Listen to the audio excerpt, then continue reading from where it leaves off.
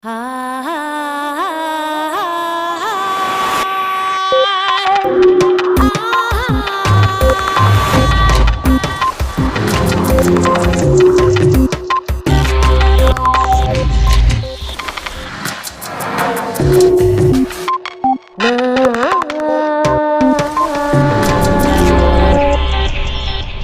tenemos por qué conformarnos con lo que nos ha dado la naturaleza. Álvaro Pascual Leone.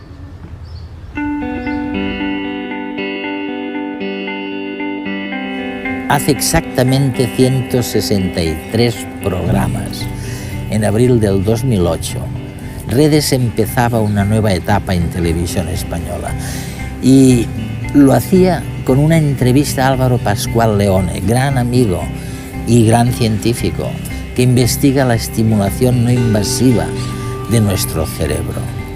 En esa ocasión, Pascual Leone nos habló de la llamada estimulación magnética transcraneal, una técnica que permite mejorar ciertos aspectos de nuestra cognición.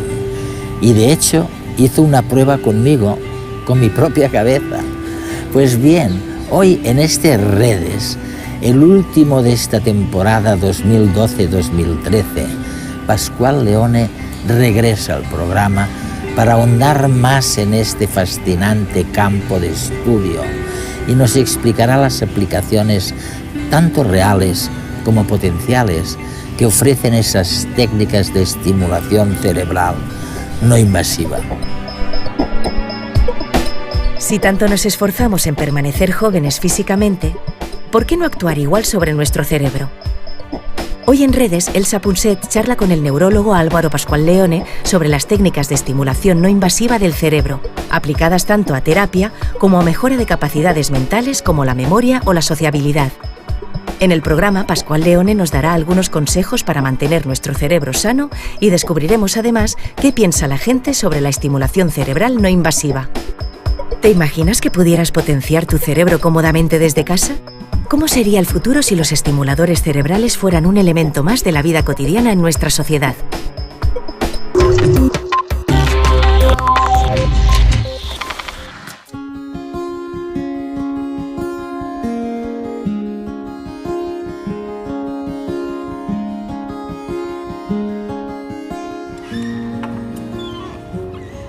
Álvaro, ¿qué tal? Muy bien, muy bien.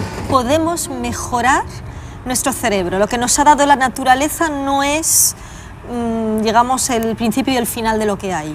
No tenemos por qué conformarnos. Bueno, esta es una gran pregunta. Probablemente lo que tenemos en la naturaleza es lo mejor que podemos tener, pero no funciona, no está funcionando siempre de la mejor manera posible. O sea, es posible hacer que funcione mejor para cosas concretas. Y bueno, acaba siendo una cuestión interesante de ver qué hacer para que funcione mejor para aquello que te interesa y cuáles son los posibles costes si haces que mejore mejor para algo, si pierdes en otras habilidades, ¿no? Vale, porque el cerebro de alguna manera está programado para cambiar constantemente, ¿no? Es lo que llamáis plasticidad cerebral. Correcto. Los neurocientíficos, ¿no? Sí. Entonces, la genética no lo es todo en este sentido. Hay mucho que podemos hacer para mejorar el cerebro. La genética es demasiado lenta. La genética te hace el nivel basal. Es el punto de partida, digamos. Sí. ¿Esto ya existe en el mundo real en otros ámbitos, por ejemplo en el militar?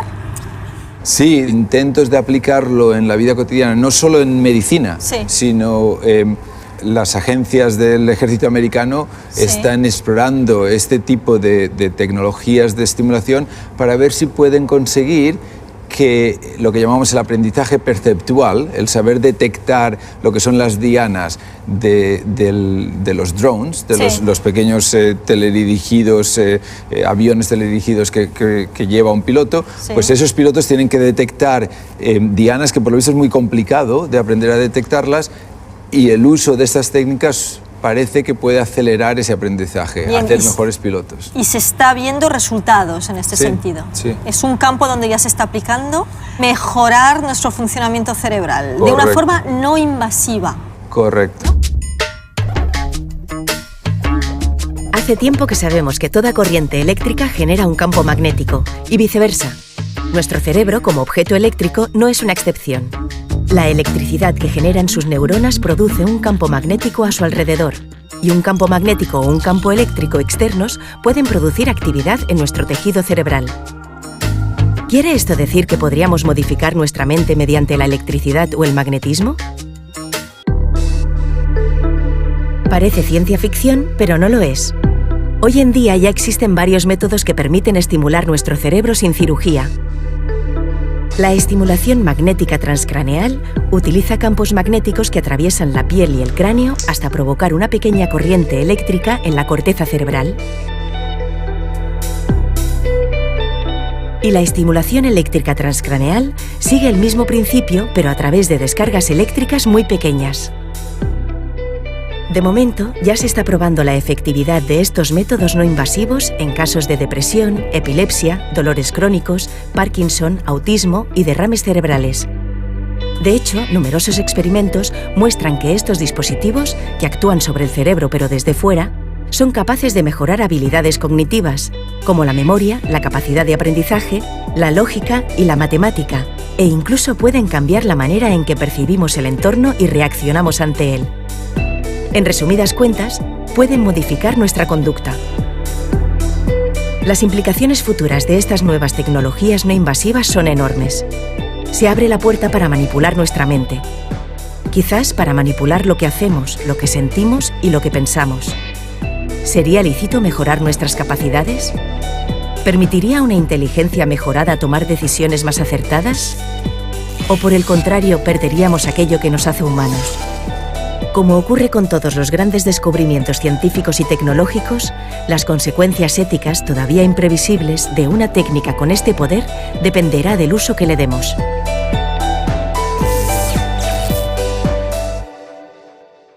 Si volvemos un poco a los inicios de esto, hace décadas que oímos hablar de formas invasivas de estimular el cerebro, sobre todo en contextos médicos, ¿no? Sí, el cerebro acaba siendo una gran maroma de cables, ¿no? Es un órgano eléctrico que utiliza electricidad para traducirlo en una reacción química concreta, sí, para de nuevo activar electricidad. Y entonces la idea de usar electricidad directamente para activar esos cableados, sí, es una idea antigua. Y el problema durante muchos siglos es que, como el cerebro está dentro de un aislante fantástico de electricidad, que llamamos la cabeza y el cráneo, tienes que abrir la cabeza para poder estimular directamente en el cerebro. Y eso, Álvaro, a mí siempre me impresiona, cuando ves estas operaciones en las que abren la cabeza a las personas y luego las despiertan y les van hablando mientras colocan, ¿no?, los electrodos. Alucinante, ¿no? Sí, ¿por qué no sufren? ¿Cómo es posible que lo soporten? Porque aunque sabemos que notamos el dolor gracias al cerebro, sí, el cerebro no tiene receptores de dolor. Eso es increíble. O sea, tú puedes abrir la cabeza y una vez abierta, lo cual duele un montón, sí, pero una vez abierta, cortar los sesos. Y la persona no se va a dar cuenta. Los sesos mismos no duelen, no tienen receptores de dolores, tienen todas las pequeñas arterias y venas en sus paredes tienen receptores de dolor. Por eso nos duele el dolor de cabeza, porque se dilata un poco la cobertura y aprieta. Pero no es el cerebro mismo lo que duele. Y por eso puedes anestesiar, abrir y luego despertar al sujeto. Y una vez despierto el sujeto, puedes estimular distintas zonas y preguntarle lo que nota, lo que siente, lo que percibe. Claro, porque no tienes otra forma sino de saber si realmente estás acertando en el punto exacto, ¿no? Exacto. Estamos aprendiendo tanto acerca del cerebro y estamos viendo que hasta ahora estábamos aprendiendo a leerlo gracias a todas las técnicas de neuroimagen, y ahora de repente están llegando estas técnicas no invasivas, de las que tú eres uno de los grandes especialistas, que nos permiten, junto a las técnicas de neuroimagen, no solo leer el cerebro, sino saber dónde podemos actuar. ¿Sabes lo que pasa? Que nos hemos dado cuenta, sí, que el cerebro es como un móvil. ¿Tú sabes las esculturas de Calder? Sí. Los móviles de Calder. Calder decía que para darse cuenta de la belleza de esa estructura hay que hacerla que se mueva, hay, sí, que esperar que llegue el viento. Es verdad. En el cerebro sabemos que lo crítico del cerebro es esa dinámica de interacción entre zonas, y para poder verlo lo, sí, tienes que ver en movimiento, tienes, claro, que hacerlo actuar. No es una zona. Y es una zona interaccionando con las otras. ¿Y cómo consigues que interaccionen? Interviniendo. Y las técnicas de neuroimagen nos permiten ver los resultados de la intervención. Las técnicas de neuroestimulación nos permiten intervenir. Claro, porque no solo estamos hablando de mejorar la vida de los enfermos, sino a lo mejor de tener políticas de prevención y de simplemente ayudar a las personas, aunque no parezca que lo necesiten, pues simplemente para dormir mejor, para ser un poco más felices, para estar más relajadas. Mira, sabemos que a lo largo de la vida, a lo largo del desarrollo y luego a medida que vamos envejeciendo, sí, el cerebro va cambiando, ese dinamismo del cerebro va cambiando, sí, la eficacia de los mecanismos de plasticidad que hablábamos, sí, antes van cambiando. Van cambiando peor, ¿no? Van cambiando peor, van cambiando distinto. El resultado es que para muchas de las cosas que queremos hacer es peor. Bueno, es interesante esto, a lo mejor no es a peor, sino que la naturaleza ya lo ha pensado así para que te centres en otras cosas. Yo creo que sí. Y hemos decidido que es a peor, que envejecer es a peor por alguna Por ejemplo, para darte algo que sabemos que es así y que yo por lo menos interpreto como a mejor, el hecho de perder capacidad para asociar cosas muy cercanas, el nombre del objeto, sí, el nombre de la persona, sí, esa pérdida de capacidad para eso está ayudando. ¿Te refieres a la memoria? A la memoria concreta, a la capacidad de aprender los nombres o de recordar dónde dejaste las llaves. O de hacer multitasking. O de hacer multitasking. Todas estas cosas que sabemos que perdemos a medida que nos hacemos mayores, va asociado a una mayor capacidad de ver relaciones más distantes entre las cosas. Y entonces yo creo que la sabiduría de los mayores, que es ver relaciones donde realmente los jóvenes no las ven, sí, esto está sustentado en cierto sentido es gracias a la pérdida de la asociación directa. De la mirada corta, digamos. De la mirada corta. Amplías la mirada. Ves el bosque y el coste es dejar de ver las hojas.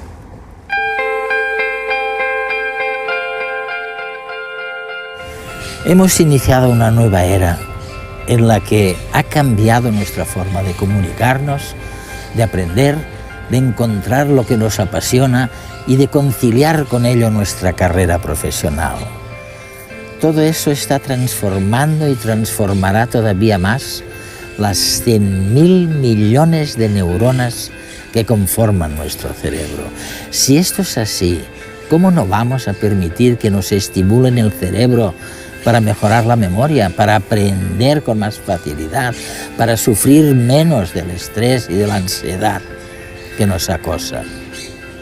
La estimulación cerebral, mejor aún si no es invasiva, nos acompañará en la próxima etapa evolutiva del cerebro humano. Así que todo lo que nos pasa cuando envejecemos cerebralmente no es malo. No, no es nada malo. No solo no es malo, es crítico para el bien de nuestra sociedad mantener de forma activa, de forma capaz a los mayores, precisamente porque nos dan este punto de vista distinto, esta sabiduría. Yo creo que el gran reto de la neurología para el futuro es el hecho de que la sociedad envejece, de que nos hacemos mayores, y que con el envejecimiento aumenta la incidencia de todas las enfermedades neurológicas. Que son tremendas. Que son tremendas. El Alzheimer, la depresión, la esquizofrenia. Los mayores factores de riesgo reales de todas estas enfermedades es la edad. Entonces, ¿qué hacer para prevenir esas enfermedades? ¿Qué hacer? Es algo que es importante. Yo creo que lo que hay que hacer es detectar lo que es el patrón de salud cerebral y desarrollar estrategias para mantener sano el cerebro de cada uno de los individuos longitudinalmente a lo largo del tiempo. No tratar la enfermedad, sino mantenernos... Prevención. Mantenernos sanos, ¿Y estamos poniendo en marcha políticas de prevención? Tú vives en Estados Unidos, ¿ahí las están poniendo en marcha? Las políticas yo creo que todavía no. Estamos poniendo en marcha las investigaciones para detectar esto, estamos poniendo en marcha las concienciaciones de la gente que esto es algo importante hacer, estamos empezando a conseguir que se invierta en investigación para hacer esto. O sea, yo creo que sí, a veces las políticas tienen que seguir a los datos de investigación. Que nuestro sistema, supongo, está muy centrado en curarnos cuando estamos enfermos, en estigmatizarnos porque envejecemos, no en ayudarnos a envejecer bien o a prevenir la enfermedad. Requiere un cambio de mentalidad, el cambio conceptual que hace falta para pasar de ahí a enfatizar la necesidad de estar cognitivamente activo, de mejorar el rendimiento cerebral y de que gracias a eso vamos a tener mayor interacción con el mundo externo y además mayor interacción con tu mundo interno. Si tu cerebro está más sano, tu cuerpo estará más sano. Es el reverso de Jovellanos, ¿no? La idea de decir una mente sana en un cuerpo sano, pero sí, también un cuerpo sano gracias a una mente sana. Pero eso es bastante nuevo también, ¿no? Sí. El impacto de la mente sobre el cuerpo y el cuerpo sobre la mente. ¿Esto por qué hasta ahora no nos hemos dado cuenta de ello? Bueno, hay culturas que se han dado cuenta, la medicina le ha costado, no solo le ha costado, sino que cuando empezamos a darnos cuenta lo llamamos medicina alternativa y por lo tanto lo pusimos ahí un poco en un rinconcito. Que no nos fiábamos, ¿no? Ya nos damos cuenta que necesitamos hacer el establecimiento real de las bases neurobiológicas de estos principios.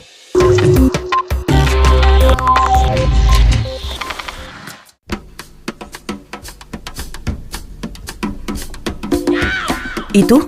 ¿Utilizarías la estimulación cerebral para mejorar tu mente? ¿Probarlo? A lo mejor lo acabaría probando. Todo lo que sea para beneficio del cuerpo humano, pues lo utilizaría, por supuesto. Por supuesto. Sí. No, por la calle no iría caminando con el casco, la verdad.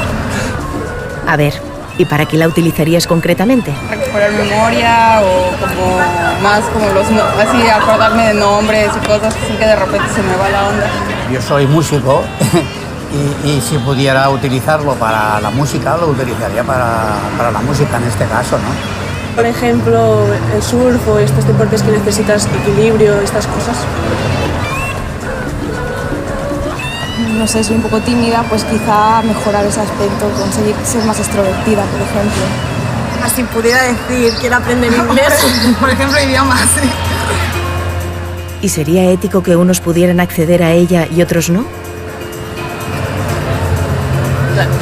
Bueno, pienso que a lo mejor no se debería de comprar. Debería regalarse, ¿no? No, regalarse no, pero quiero decir que a lo mejor debería pertenecer más al ámbito, ¿no?, medicinal o terapéutico. Es como uno va a una escuela pública y otro a una escuela privada, entonces tienes conocimientos distintos por el mismo hecho del dinero, entonces es como, esto ya está pasando ahorita. El hecho que te vaya a mejorar sin un esfuerzo también es poco ético, porque mejoras sin esfuerzo y de forma rápida y fácil. Milagros al orden no existe. La gente a la larga acabaría siendo como él. Es decir, la cambias 1, 2, 3, un mes, un año y luego volvería a ser la persona que siempre ha sido. ¿La recomendarías a alguien? Bueno, más de uno me sería útil. Yo me lo aplicaría a mí mismo. ¿A mí mismo primero? Hombre, aprenderían a hablar inglés, que eso estaría muy bien.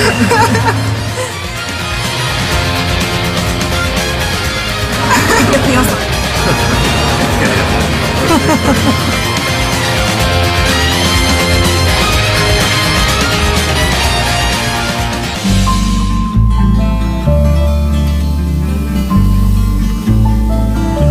Álvaro, estamos viendo estos árboles y es curioso porque un magnolio, un ciprés cambian según el clima.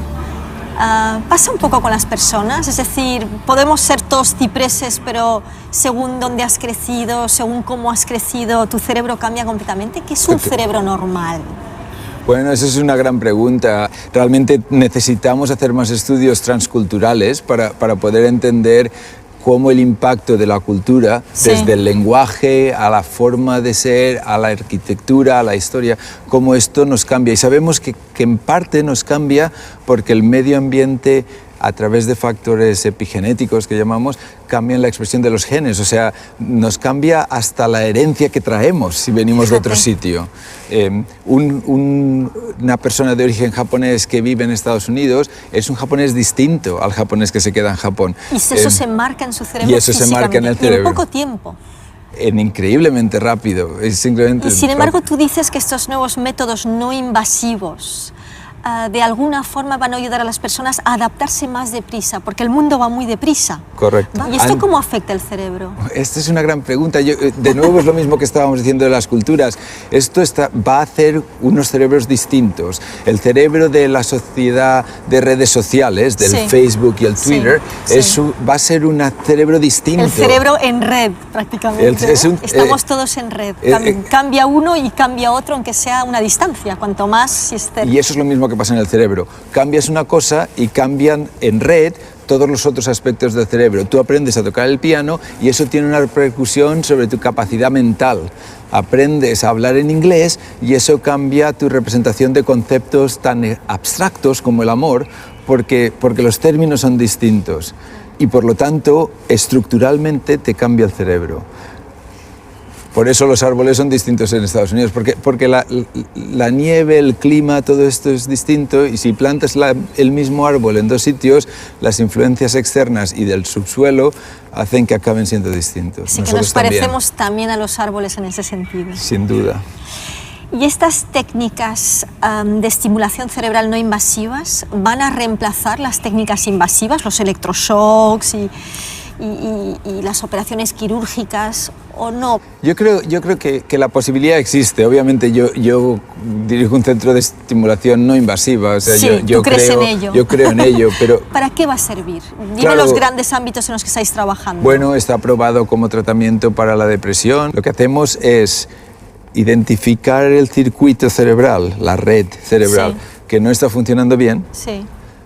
Y hacer que esa red cerebral funcione bien gracias a teledirigir la inyección de electricidad, por así decirlo, no invasivamente, o sea, hacer que esas conexiones vayan más fluidas.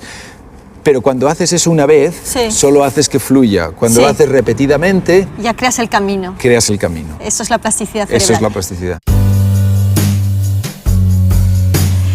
Entonces tú sabes que generalmente hacemos algo que llamamos el hazlo tú mismo. Queremos compartir con nuestros espectadores una forma práctica de aplicar algo de lo que hemos visto a lo largo del programa. ¿Tú puedes recomendarnos formas de estimular el cerebro que podamos hacer fácilmente en casa, las personas que nos están escuchando ahora mismo? Fíjate, yo creo que si de lo que queremos conseguir es que nuestro cerebro, el cerebro de cada uno de nosotros, se mantenga lo más sano posible, la evidencia más fuerte hoy por hoy es en tres cosas bastante sencillas. La primera es comer la cantidad de calorías mínima para no perder peso, para mantener el peso al nivel adecuado de cada uno, sin estar perdiendo, pero sin comer lo máximo para no ganar, que es lo que solemos hacer. Primera sugerencia. Primera cosa. La segunda cosa es que el ejercicio físico es útil y la forma más fácil de hacer ejercicio físico es usar las escaleras, pero la realidad es que 15 minutos de ejercicio vigoroso para poner en marcha el corazón y esto tiene una ventaja no solo cardiovascular, sino que tiene una ventaja cerebral. No es porque gastes calorías, sino que resulta que ese tipo de ejercicio literalmente aumenta la capacidad de las zonas cerebrales que nos permiten tener mayor control inhibidor, mayor capacidad de resistir tentaciones, de tomar decisiones a su tiempo y no aceleradamente. O sea, cambia nuestro cerebro en una forma que nos es beneficioso. ¿Cuánto ejercicio recomiendas? Muy poquito. Realmente parece que los estudios de Arthur Kammer, entre otros, que 15-20 minutos diarios es suficiente. Pero un poquito vigorosos, entiendo, ¿no? Sí, o sea, aeróbico para que realmente te ponga el corazón en marcha. Bien. Así que tu segunda sugerencia para un cerebro sano es hacer un poquito de ejercicio cada día. Correcto. Así de sencillo. Así ¿Y la tercera? Y la tercera es darse cuenta de que igual que los músculos hacen ejercicio, nuestro cerebro a la postre es un músculo un poco especial que necesita hacer ejercicio también. Y entonces hacer ejercicio cognitivo para mantener la capacidad plástica del cerebro es importante. Y aquí la puntualización es darse cuenta de que lo que estamos hablando no es hacer más de lo que uno ya sabe hacer. Bien. Sino salir de tu zona de confort. Justo, hacerle hacer a tu cerebro cosas que no sabe hacer. Por ejemplo, ¿tú qué harías? ¿A Bueno, ti qué te cuesta hacer? Yo no tengo ni idea de cómo bailar, no sé hacer punto crochet, y eso ese te son el tipo de cosas cerebro. que me harían mejorar las capacidades cognitivas. O sea, realmente es darse cuenta que la función cerebral está en todas las habilidades que hacemos y que si tú no sabes pintar, quizá eso es lo que deberías hacer. Si no pero como hobby dedicando esfuerzo. Sí. O sea, no una vez y se acabó. Exacto. Es lo mismo que el ejercicio físico que decíamos. Si lo usas, lo vas ganando. Si lo dejas de usar... Úsalo o piérdelo, ¿no? Dicen del cerebro. Parece que esto es el caso. Fantástico. Mil gracias, Álvaro. Un placer a vosotros. Un placer. Gracias.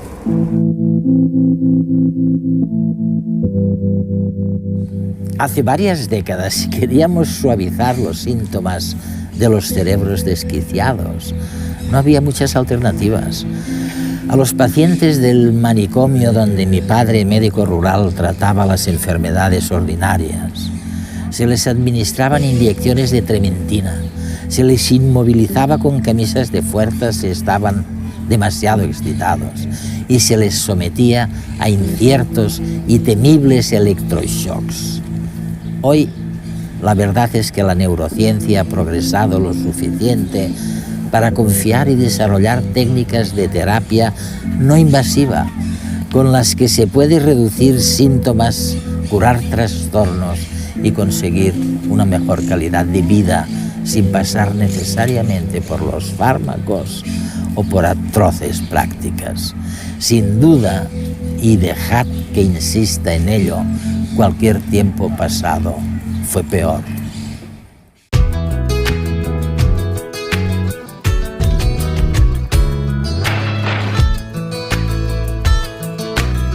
¿Por qué los abuelos tienen el pelo blanco?